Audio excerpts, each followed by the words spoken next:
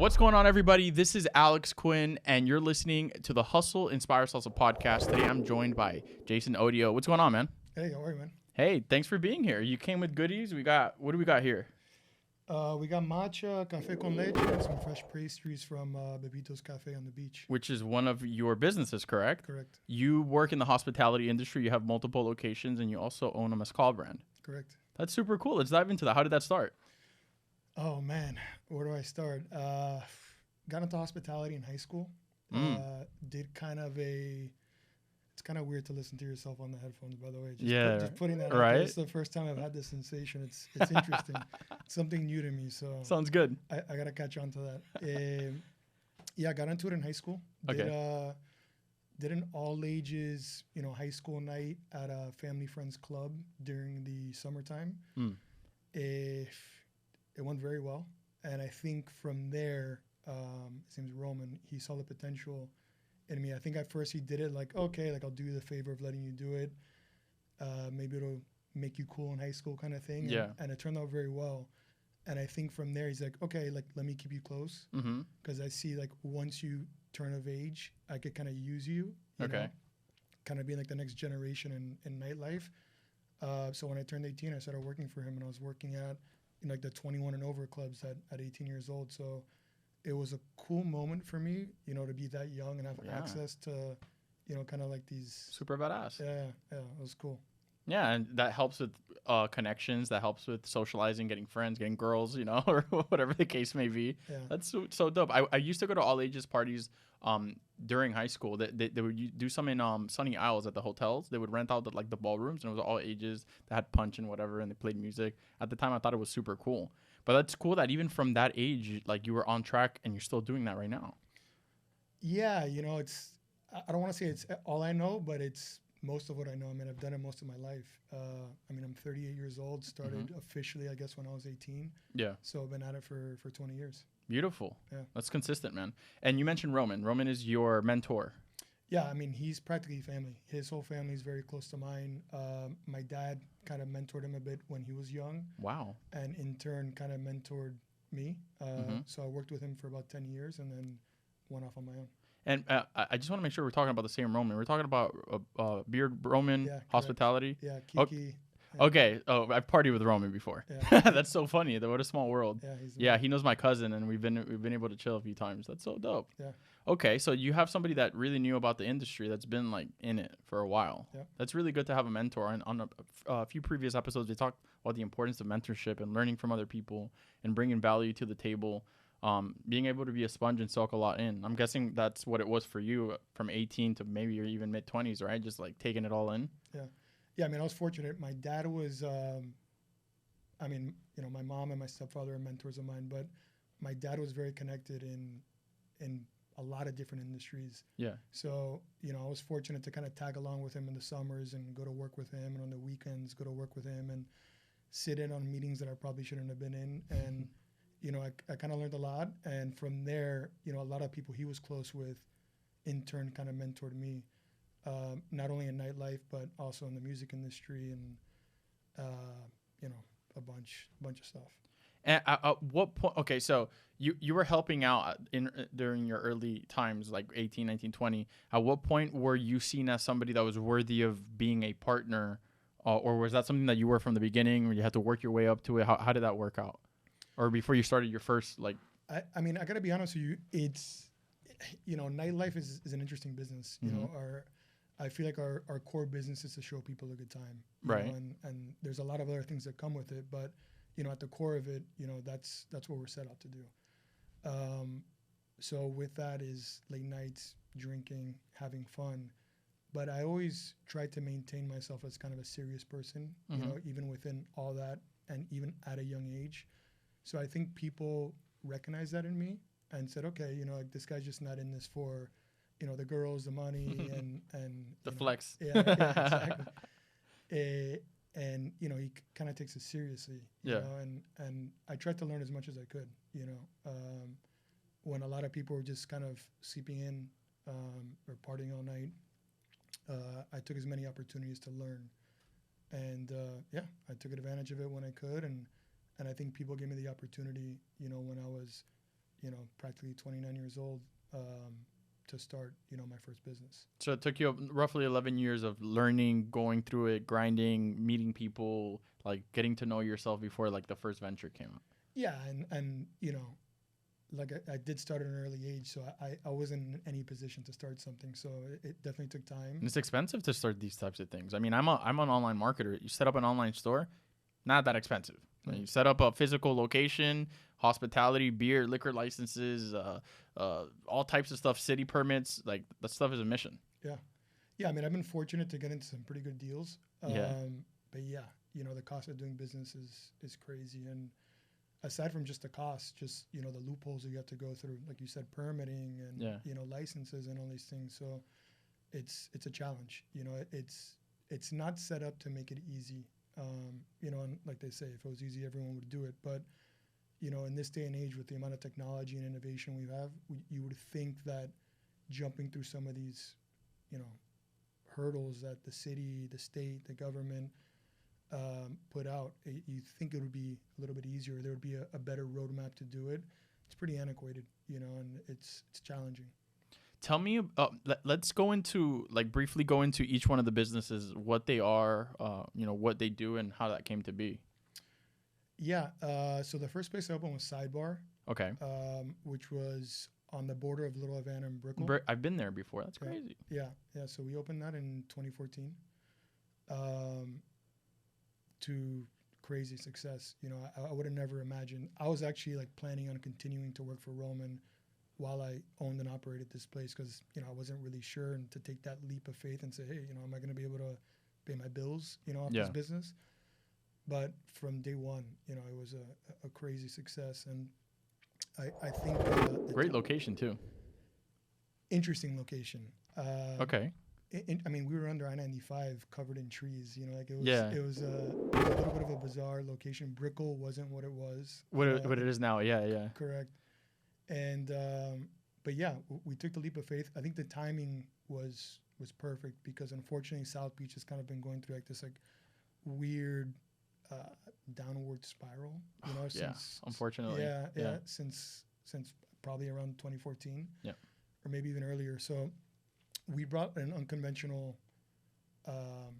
club bar concept to an unconventional space under an expressway in an area where nightclubs and bars weren't necessarily thriving. But I think the timing was right for it, and I think people wanted it. At that time, between valet, entrance, drink prices, it was difficult for a Miami local to be able to feel welcome in a lot of places on South Beach at that time. Yeah. So we were kind of lowbrow. We weren't, we took a lot of pride in service, when traditionally nightlife service is non-existent. You fight to get in. They're doing you a favor. Yeah. So, and you're paying. That wasn't the approach that we wanted. We wanted to be, inclusive. We didn't want to have that crazy door, intimidation factor. We had inexpensive drinks, and it was fun and casual, and we had world-class entertainment in a place that necessarily probably shouldn't have. Yeah. So yeah, I mean, it was beyond successful, and knock on wood, that kind of jump-started my career. And from there, I was at an age where going out late at night I was kind of burnt out, from doing it for so many years, for someone else. From 18 to 29, right? Yeah, correct. Yeah. And I wanted to, try my hand at food. At that point, I was really enjoying dining versus drinking, late at night. So I opened a restaurant in Coconut Grove called Ariette.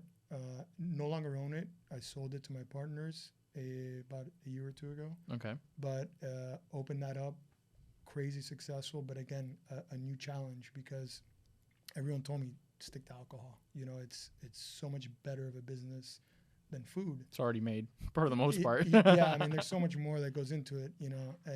Making a vodka soda takes 20 seconds. Marinating a steak for 4 days and cooking it and this and roasting it, and kitchen staff and all this stuff. So it was a new world for me, but it was a challenge that I wanted to prove that I could do to separate myself from just being a nightlife person. Yeah. And even though, you know, the first 2 years was a huge challenge, it did open a lot of doors for me. So from there, 6 months later, I opened Baby Jane in Brickell, which is a restaurant, but more of a bar. So it was Baby Jane. Baby Jane, yeah, 500 Brickell. It's a cool name. Yeah, thanks. Yeah, so that's been open for 7 years now. Still own it, still open. Yeah, cool. Correct. Yeah, it's great. It's an amazing business. People love it, and we're fortunate to have it and to get the love from it. So, yeah, did that, and then 3 years ago opened Bebito's. But in the midst of which is this right here. If you're listening, you're not watching, but if you're watching the video, I'm drinking a coffee from Bebito's right now. Yeah, I'm drinking a Rocky's Macho, my friend's Macho brand. So cheers. Thank you, man. Cheers. So delicious. Still warm. Love that. Good. Good. So in all of that, Sidebar, you know, maybe 5 years in, started to get to a point where we didn't love it. Okay. You know, it served its purpose. You know, we made some mistakes. You know, it being you know, my first place. Right. And you know, we thought of, you know, maybe it's time to make a change. We have an incredible space. Now becoming a great location because Brickell was, you know, turning into what it is now, and we decided to reconceptualize it. Okay. And with that, a good friend and a partner of mine introduced me to a guy by the name of Marcelo Medina, and he was heavy in the Latin scene, and met him, hit it off, you know, asked what his thoughts were. He was looking for a space, and we decided to turn what was Sidebar into La Otra. And that was, man, when was it? I'm the worst with time, by the way. You're good. You're good. That must have been 5 years ago. But it was a location change, correct? Or same location? No, same location. Same location. Okay. So we had that location, turned it into La Otra. Mm-hmm. It was there until a year and a half ago. About 2 years ago. Made it through the pandemic, you know, ups and downs. We opened in November before the pandemic. So, yeah, we opened in 2019. But it was wildly successful. So we made a lot of noise in a short amount of time. Right. So the second that we were able to reopen, South Beach at the time still had a curfew. We didn't. So we thrived when we were able to during the pandemic. And unfortunately, weren't able to renew our lease. So at that point, we started looking for new locations, and that's when we found a location in Wynwood. Yeah. And we moved. Which I've been to as well. Great. Yeah. Many times. Good. Yeah, I partied hard there. Hopefully it was fun and you don't remember much. Well, the whole entertainment industry uses your location for events. Like the biggest people in entertainment. I've gone to some crazy events there. Yeah. Yeah, I mean, you know, kind of going back to what I was talking about with my dad and mentorships, you know, we've been able to nourish a lot of great relationships. Yeah. And you know, we have a great, you know, space. So with that, we've been able to pull off some pretty incredible things with great people, you know, with great labels, great managers, great artists. Yeah. So yeah, I mean, we're super fortunate to have those relationships, you know. Yeah. I really enjoy it. I also love the park. I love how both La Otras had good parking situation, because it's not easy to have that, you know, especially where you were in the Brickell kind of like Havana area. Parking could be a mission. If I'm not wrong, the first La Otra was like we had parking lot right in front, right? Yeah. We had a parking lot in front, and also across the street there was city parking under I-95. Yeah. Next to Publix. So yeah, I mean, fortunate, you know, and I think it was important for us to kind of have an outdoor space as well. Yeah. Like the original one. Yeah. So, you know, we found the space. It was a bar before. So we were able to quickly remodel it and reopen it. And we've been there since November 21. 21, right? Yeah. Yeah. That's beautiful. Yeah. So what, year and a half? Yeah, year and a half. I've gone to some events there with Universal Music and mainly Latin artists. Really cool stuff, bro. And I like that it's a block where there's a lot of movement. You know what I'm saying? So it lends itself for being able to attract a lot of people. Yeah, and we're lucky because that complex, which has 2 other spaces, has a license to go till 5 a.m. I was about to go there. Yeah, which is unique to us. Wynwood could be a challenge because most of our crowd is local, and when Wynwood turns upside down on the big weekends, it kind of turns away a lot of the local people. Yeah. So that's a little bit of a challenge, but we also get the benefit of those, that critical mass of people in Wynwood and, Oasis and a bunch of other places. Doma is a great restaurant that's right behind us. Tropical, the beer brewery behind us as well. So there's a lot of stuff going on there. So we're fortunate to be there. And now we just have, we've just opened a new place, Paraiso Estereo.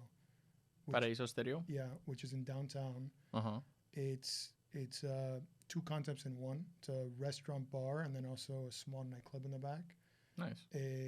The restaurant's a little bit delayed, but the club's open. Okay. And that's been open for a couple months now. So looking forward to that project and, just plugging away.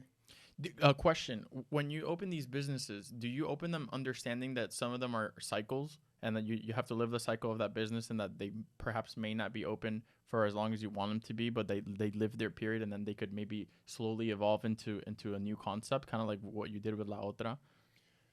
Yeah, I mean, listen,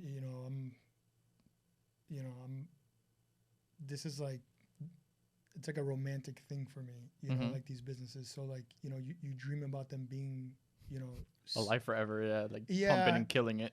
Yeah. And like, you look at certain places that are like an establishment, and like you hope and you strive to be that, Yeah. The reality is, it might not be. And I think people will dictate ultimately what that concept evolves to be, like I said, Sidebar evolved, Sidebar into La Otra. Yeah, that's right. Yeah. And not only that, even in the 5 years that it was open, it evolved from where it started to something else, 5 years later. So, and people will, I feel like the people will tell you that, and same thing with Baby Jane. There were certain things that we saw it one way and people kind of dictated something else. Like at first, like we didn't want to be a sports bar, so we didn't have any TVs, for example, and we didn't want to have DJs, because we wanted it to be more like of a lounge. Mm-hmm. And, a couple months in, TVs were in, DJs were playing, and it's what the people wanted. So, even though we want to stick to kind of our guns of what we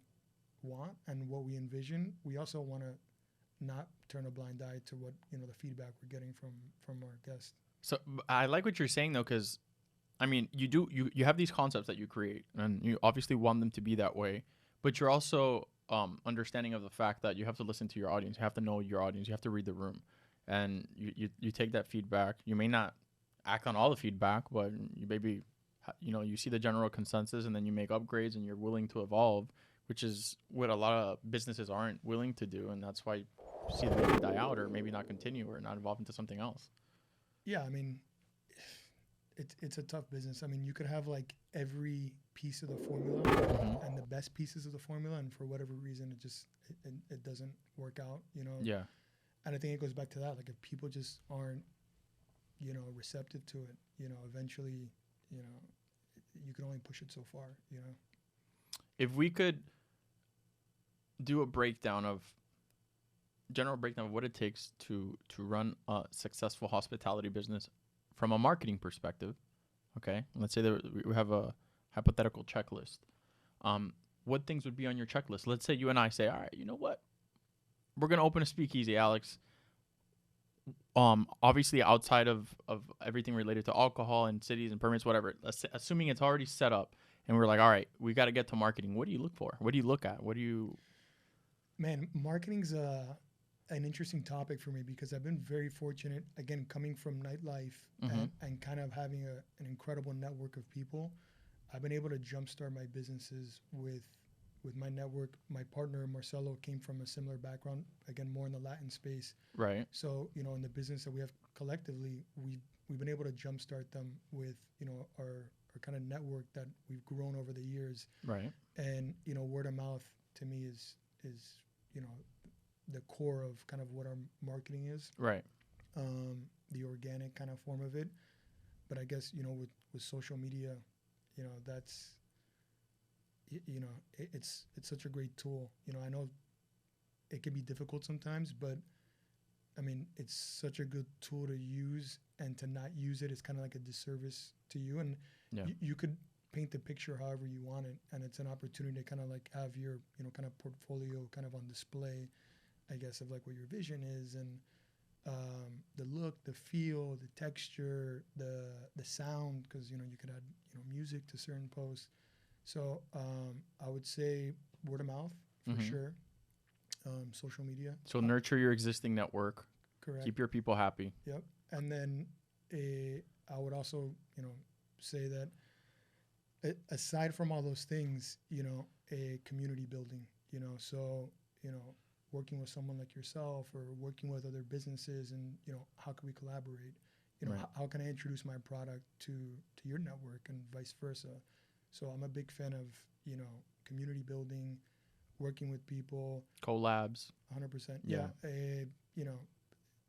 A yoga teacher who's a great friend that has a great class, and we turn the club into a yoga studio on a Sunday afternoon, or painting class, or like all sorts of random things to make it fun, fresh, exciting, something new, Right. but have the opportunity to kind of do that community building, which I really enjoy. Which essentially builds culture.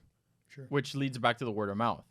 Right. So you build a culture around your business. People like it. People attend there. Maybe it's a bar, but maybe you turned it into something else. You did a interactive event, a yoga, whatever the case may be. Your patrons come, they talk to each other, they see you again, they see that you're into what they're into. Now you're building a culture around your business. People start talking about it, start sharing on social media, tagging you, posting you. If you're active on social, they share, you share. The word starts getting around, and of course having good partners, or even having good supporters. Yeah. Yeah, I mean, with that is just also like introducing people. So like, we'll bring our people to some of these events that, get to meet and mingle with people from another network. Mm-hmm. And, nothing feels better to me than it's like, oh, I'm engaged to so-and-so, and I met her at, Baby Jane or La Otra, which weirdly happens a lot, Yeah. and that's really rewarding to me, because it's like, man, we created a space where you were able to meet somebody, and build a relationship, whether it's business or personal, and all these things. So, that goes back to the community building of like, okay, wow, like we, that jump started here, and you nurtured it, and you went off and did business with this person, or married this person, or became lifelong friends with this person. So, not to sound like too cheesy about it, but that's kind of like a rewarding part of what we do. Yeah, it's important, and it seems like I forgot who I learned this from, but it was a while back. I was going on a YouTube video binge, and it was talking about restaurant marketing, because for a while I was like right before the pandemic, I was doing that, and I completely got crushed because all the restaurants were closed, so I lost my clients. But at the time, the person that I was learning from was talking about how when you own a hospitality business, say a restaurant, you always want to market to the second, third, and fourth visit, right? If you go to a place, you attend a place, people treat you nice. The staff, you touched on that earlier. They're actual people caring about your experience. Mm-hmm. You got good food, or you got good drinks. The location is nice. Your content online is good. All that stuff matters, and you're more likely to draw the type of people that you want to draw into your business. And if you're marketing only to get that sale for that day, they're not maybe likely to come back. But if you notice, when people usually like a restaurant or like a place, they usually tell their friends all about it. Hey, let's go here, let's go there. They end up going a bunch of times. So if you create an experience for the person, for them to be able to know that they're always going to be well taken care of there, you potentially have a customer for life, which, in turn allows the business to have longevity.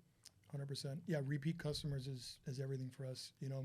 Most of our business are local kind of establishments. So yeah, that's everything, and I think, when we go out and say, we're selling a product, the product we're really selling is that, we care, and we care about what we do in every aspect. So yeah, we can make a great cocktail, we can make a great dish, but ultimately what we're trying to say is that, there was care that was put into this, from the service, from walking in to, cleaning something a certain way, or polishing a glass a certain way.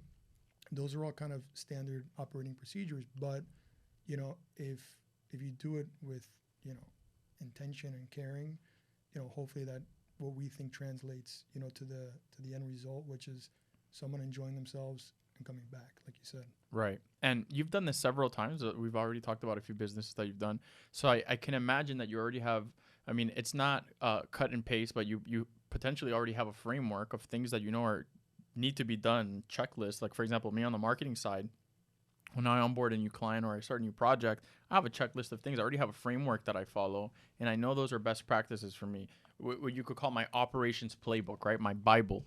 Are you actively working on these frameworks for to be ready for the next potential project, or the do's and don'ts, or things to look out for? Is that something that's on your radar often? 100%. I think now being, in this business for, 8 or 9 years now on my own, I was lucky with the first one, which was Sidebar, which was very successful. And when money's coming in, it's easy to overlook mistakes. When money isn't coming in is when the mistakes start seeing all of them. They start rearing their ugly head, and it's like, oh, okay, I need to get better at this. Right. You usually throw money at the problems, whatever, and you keep it moving, But when things are a little different, then you start noticing. Correct. And you don't necessarily need to optimize, or that's not your focus, is optimization or efficiencies. And, even though I learned a lot in the years working for Roman, I wasn't so involved in the back end of the business. So there was a lot of things that were new for me, a lot of costly mistakes, a lot of things I had to learn. And I think now, in the position that I'm in, now after doing this for so many years and having different concepts, that's one thing that is a huge focus for me is, optimization, efficiency, systems, procedures, innovation, using, it's incredible the systems that we have now versus when I started, apps and programs and all these things. So POS, checkouts, dude, that. It's insane. I mean, looking back at our first POS, it's like, it's like AOL, like dial-up, compared to, high-speed internet now. And so, aside from driving the business and driving sales, marketing and pushing events and all these things, I really, really enjoy, kind of the back end of the business. So yes, to answer your question, we have some concepts that are, more alike, and those things kind of mirror themselves. And we have others that are not, like Paraiso and Otra are nightclubs. So we're able to mirror a lot of those, standard operating procedures. Bebito's and Baby Jane, more food driven. Mm-hmm. So we're able to, mirror things there. When Paraiso opens the restaurant portion, we'll have those systems from Bebito's and Baby Jane as well. Those are invaluable, bro. It's great. And, I can't preach enough, like understanding your business wholly is so rewarding. And, you sleep better at night, knowing where the money's going, knowing things are being done. And, for me, one of my mentors, who's a partner of mine in the Mezcal brand we have, he taught me something early on, and he goes, start with the end in mind. So, a lot of people start and it's a mess and it's a disaster, and you're in there day and night, They're in a maze. You're working in your business versus working on your business. Yeah. So that's something I learned. And, if you start with the end in mind from the beginning, organizing, structuring, implementing certain things, you're going to be set up for success, earlier on versus like scrambling to figure it out later on. Right. That's good. I like that you touch on people that have helped, and then you show that respect, because in anything, there's a lot of people that say self-made this. There's always somebody that helped you, or even somebody that did some fucked up shit to you, and you learn from that, and now you know what not to do. Everybody plays a key role in like helping you become who you are. Down from you learning from your father and being in meetings to becoming a man and learning from Roman and going through these experiences. All of those things like shape who you are now, whether at the moment they made you feel like shit or sad or like you wanted to quit or whatever the case may be. Now it's like going to the gym. It's like training for a sport, training for a playoff. Like, you know how to play now. You're in the game. You may not have all the answers, you may not have the magic formula, but you for sure know how to handle things, and you know how to pivot when you need to, because I'm sure you've had to pivot, especially maybe during the time of 2020. I'm guessing that was maybe a challenge for you. Yeah, absolutely. Yeah, in the beginning of the year. It was challenging, I'm guessing, for the first, 6-7 months, and then things started to ease off? Yeah. Yeah, I mean, it was kind of a roller coaster ride. And I think going back to what we were saying, people have invested in projects that we have, and, I don't take that lightly, so if someone's willing to invest their time, their money into myself, projects, my partners. So, you know, I'm fortunate to have great people around me, my staff, my team, like I said, my partners. So it's been great, you know, to have people kind of believe in you or trust in you and those things. So yeah, 2020 was a challenge. How did the mezcal come about? Oh man. So I had a young guy. I mean, it's a long story. I'll try to make a long story not so long. A young guy approaches me on my birthday at Baby Jane before I sat down, you know, to have dinner with a bunch of my friends. And he goes, "Hey, I heard it's your birthday. I wanted to drop by and give you this as a gift and thank you." And, you know, this guy looked like an Irish guy with a curly mustache. And I'm like, man, you know, I meet a lot of people sometimes after a few drinks. So, you know, memory could be a little blurry, but I was like, I would have remembered this guy. So, you know, I said, you know, sorry, you know, have we met? Do I know you? And he goes, no. He goes, this is my mezcal. You know, your bar manager picked it up recently, and I just wanted to thank you for being one of the first bars in Miami to pick it up. And I go, man, you know, that's interesting. This is your mezcal. And he goes, yeah, you know, and kind of told me his story. I was super intrigued, and me kind of being overly ambitious, you know, I already knew like this, I got to get involved in Your this. mind, your brain was firing off in every direction. Probably. Yeah. So I said, man, let's sit down and grab dinner, you know, at a time where I know I'm not, you know, with other people. Had dinner later that week. They told me his kind of story. He had the rights to kind of distribute this product in the U.S. And was driving Uber. Moved to Miami for the first time. Was driving Uber, going to different spots, kind of just selling his product. And, you know, incredible story. Good amount of success in a small amount of period without, you know, a lot of means. And I asked him, you know, you have investors, like, how are you doing this? And he goes, no, you know, the money I get from Uber and maxing out my credit cards. Wow. I've been able to kind of make it work in the short amount of time I've been in Miami. And, you know, my next question was, are you looking for help? Are you looking for investors? And he said, yeah. So the next day I took him to my best friend's father, who I said is one of my mentors that told me to have kind of the end in mind. And I said, you know, I got this kid, great product. I want you to meet him to kind of tell me what you think, you know, because now this is a different type of business. You know, this is something that involves, you know, Mexico, something that involves importing distribution, the whole thing. Yeah. Yeah, but also like a lot of legalities behind it. So I took him, you know, he's in banking by trade, but, you know, entrepreneur at heart. Yep. So took him to meet him, fell in love with the guy, fell in love with the product. And, you know, a year and a half of doing due diligence, going to Mexico and restructuring, we bought the business, you know, with Ernesto, another partner, Silvio, and a group of investors.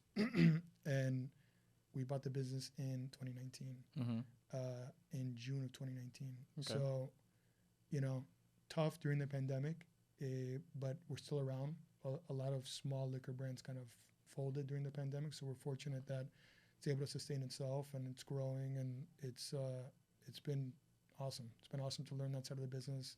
It's been awesome to do business in Mexico, and you know, Silvio and I structured this whole thing with the mentorship of Ernesto and some of our other investors who have a lot of experience, and it's been super rewarding. Learned a lot. Yeah. And it's been great. And it goes without saying that you have it at your locations, right? Well, the locations that serve alcohol. Correct. Yeah. Yeah. Beautiful. Yeah. And how has the work been, considering that a lot of it has to do with Mexico? You have to travel a lot, or it's been something that's been fairly easier to manage for overseas. Well, we have the original founders in Mexico are still partners, and they're a great couple guys. You know, and you know, phone calls, Zooms. Before the pandemic, I was going a lot. Yeah. In the year and a half of doing due diligence, we were going a lot. Yeah. Pandemic, I didn't go as much. Of course. So yeah, you know, I haven't gone as much as I have, but yeah, you know, I still go a few times a year. Yeah, it's understandable. I sell millions of dollars a month for people that live in other countries or even other states. Haven't even met them. These days, as long as you have a solid team, guys in Mexico handling their thing, make sure the product's good, make sure it's good. You have your locations, work marketing, work investments.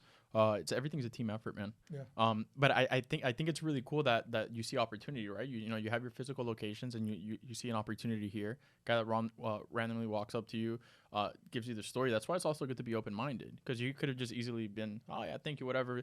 Didn't even pay attention. Some people receive gifts and they just give it to somebody next to them. Oh, here you go. You know what I'm saying? You looked at it, you appreciated it, you gave the guy the time of day. You didn't get scared away by the fact that maybe he didn't have all his shit together, but you saw the potential. And a lot of the times in the business, it's not only the product, but it's also the person. You see the drive that they have, and you see the fire in their heart for what they're trying to do. That kind of like warms you up to the business. Let me ask you something. If you weren't in hospitality, none of this stuff, what would you be doing? Man, what do you like, or like what are you passionate about outside of that? What a good question. I've never asked that. I've never been asked that question. Shit. I don't know, to be honest with you. No? I studied to be an architect for 2 years. Okay. But, started making money in nightlife. I was young. I was having a good time. And I thought that was the end-all, be-all, which it ended up being. So something in design, architecture, I really enjoy art, really enjoy music. So maybe something in those, I don't know, mediums or worlds. Maybe throw a festival or some shit somewhere. I tried that, actually. You did? Didn't work out too well. Those are tough, man. I mean, the restaurant business is tough. I've heard. Not because I've had a restaurant, but I've heard that it's difficult. You gotta love it. You gotta have thick skin, and you gotta have good supporters behind you, good money behind you to pull it off. Yeah. Now, question. You're passionate about all of your locations, and you mentioned about how for the most part they're local businesses. Have you thought about franchising any of these businesses, even nationally or internationally, like taking the name somewhere else? Yeah, I think Bebito's would be the one potentially to kind of grow or roll it out. Franchising, not sure yet. I think I want to get it to a certain point or a certain amount of locations before I consider that. Mm-hmm. But one thing we do is something called a franchise model, and kind of going back to what we were talking about systems and procedures, is that we try to set up the business as if it was a franchise. So if we open up a next one, we have the playbook, and it's like, this is the design, this is the branding, this is the recipes, this is opening procedures, closing procedures, so on and so forth. So I think that's important for us, and I think when the time does come, hopefully we'll be prepared for it, by having that kind of approach. Yeah. There's so many guys and girls in the info product space who've built massive successful businesses, and they have these playbooks, and then they either go into consulting or they go into like selling the info product, like the framework. There's a lot of business to be made there. Imagine a guy in Monaco who comes to Bebito's and falls in love with Bebito's, reaches out to you, hey, I love what you're doing. Do you have a mastermind group or a community where there's other owners, and you like, there's so much I learned so much from communities like that, specifically like in marketing and media, where there's other owners and people like throw ideas at each other, they help each other out, and it seems like you work in a very collaborative space, right? So God knows that one day somebody from a land far away walks into one of your places, completely falls in love, and before you know it, you're freaking you have a business in Barcelona or something like that. Just the way that one day somebody walked into your business and now you own a Mezcal brand. So the possibilities are endless. But those things only happen when you're deep into your business, you're spending time in your business. And in Spanish, they say, el que tenga tienda que la tienda. Whoever has a place, you got to tend to it, and you got to be around it. And that's how you figure out what needs to be worked on, what improvements need to be made, and people be able to pitch you things the way this Mezcal thing came to be, you know? That's super cool, man. Let me ask you one final question. How do you want to be remembered? Oh, man. That's a great question. Yeah, I love it. Yeah. I mean, without putting too much thought into it, I think it's just, someone that did as much as they could while enjoying themselves and providing a great product. Like I said, I've had opportunities to do things that I don't necessarily, believe in. Mm-hmm. So for me, I want to do things with good intention. and Right. that are authentic, that people enjoy. So I think those are kind of the things probably I'd want to be remembered for. That's something great to be remembered by. Something real with substance, not superficial. Not some bullshit. You don't want to be remembered as a dude in the Ferrari or fucking pulled up in a crazy car. I wish I could afford one. Hey, man. Sometimes it's all about investing into things that are more important than Sure. how you look to the world. Investing in yourself, investing in your health, investing in your business, or maybe thinking about the next business. There's time for all that stuff. There's time for all the fun stuff. But you're young. I'm young. We have our life ahead of us. We have a whole lot to learn. Can you imagine what you're going to be doing like in 10, 15 years, bro? It's going to be crazy. You got to be back on here talking about where you're going to be at that time, you know, because life moves fast. Absolutely. I mean, imagine 18-year-old you probably knew that you were going to do well, and that you were going to like do what you love. But you'd probably be surprised or even proud of yourself if you could go back in time and show yourself, be like, hey, look, little Jason, look what you did, bro. Like, look at all these businesses. Like, you're involved in all this. It's okay. You're going to be good. You know what I mean? Yeah. But it's all about being patient, and nothing comes easy. And there's a lot of hard work. You get kicked in the nuts. You get, kicked down to the floor sometimes. A pandemic happens, or bad partnerships, or regulation, or whatever the case may be. But that's part of the game, right? Not feeling sorry about yourself. Just keeping it moving, and before you know it, you have a few locations in Miami. You got a Mezcal brand, you got Bebitos, and you're on Hustle Inspires Hustle podcast. Yeah, thanks for having me. I mean, yeah, it's my first podcast. So Yeah, what an honor to be able to yeah, and it's super cool because like we didn't know each other up until like we met today, and we had talked before like online on the phone to set this up. But I had been like, look at that, I've been a guest at one of your locations, bro. Like, and now you're on my podcast, just like the Mezcal thing. It just goes to show community. You talked about it. Yeah. Build community, care about your people, do things authentically, and then things happen. Things magically happen for you. They start lining up. Yeah, I mean that's what I hope for. Cool. Well, listen, man. Thank you so much for being here today, guys. This is Alex, Quin, Jason Odio. We're in Miami today. This is super cool because I always love hospitality businesses. Wouldn't get into it myself because it's not my jam, but I'm always a customer. I'm always a client, always a marketer. So if you guys want to check out all of his locations, they're going to be linked in the show notes. Okay. So whatever platform you're listening to this podcast on, go to the show notes. You're going to be able to see his social media profiles, his business social media profiles, the websites to his businesses. So check them out. You could also go to hustleinspireshustle.com/podcast, where you will find podcast episode page, be able to see everything we talked about here with the show notes. And if you learned anything from this podcast, if you got any golden nuggets, if it did anything for you, share it, like it, send to a friend, and I'll see you on the next episode. Thanks for joining us.